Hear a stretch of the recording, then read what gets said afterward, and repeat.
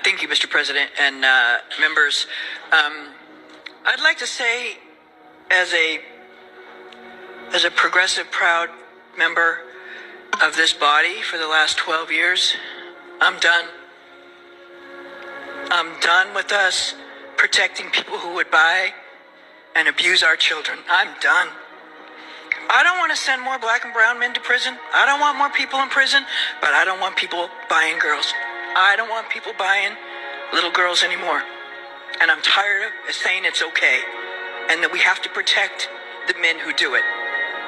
As a mental health professional and as a social worker, I can tell you I've spent my entire career working with people who have been wounded. I'm not going to say beyond repair, but they have been wounded to their core by the abuse that's been heaped on them, oftentimes by those that they love and look to protect them. And if their parents won't do it, then by God, we should. Again, I am not arguing that we open the gates to flood our prisons with people, but I am arguing that we have a moral responsibility to say enough. Enough.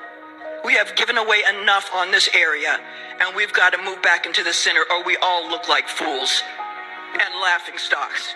And what do we stand for? I ask all of you to watch the documentary that Senator Grove was in, Senator from Kern County was just in, that talked about this very place in Sacramento where girls are being bought and sold.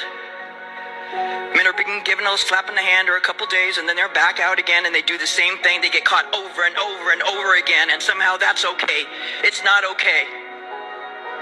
It is not okay anymore, and no more am I watching. Like I said, I'm leaving, but the rest of you who are going to be here for a while, let's get our stuff together and really start focusing on some of the important things. We talk about learning and we talk about being safe.